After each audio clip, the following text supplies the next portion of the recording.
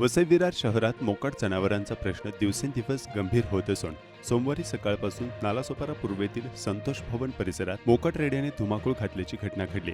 सकाळी 10:30च्या सुमारास रस्त्यावर फिरत असलेल्या एका रेड्याने अचानक दुचाकीस्वाराच्या अंगावर धाव घेतली। या धडकेत दुचाकीस्वार खाली पडला असून त्याला किरकोळ दुखापत झाली। या घटनेचा थरारक व्हिडिओ परिसरातील सीसीटीव्ही कॅमेऱ्यामध्ये कैद झाला असून तो सध्या सोशल मीडियावर मोठ्या प्रमाणात व्हायरल होतोय।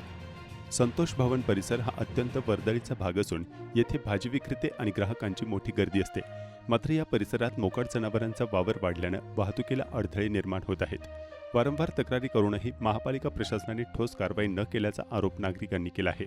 अशा घटनांमुळे नागरिकांच्या सुरक्षेचा प्रश्न निर्माण झाला असून मोकाट जनावरांचा तातडीने बंदोबस्त करण्याची मागणी नागरिकांकडून होत आहे।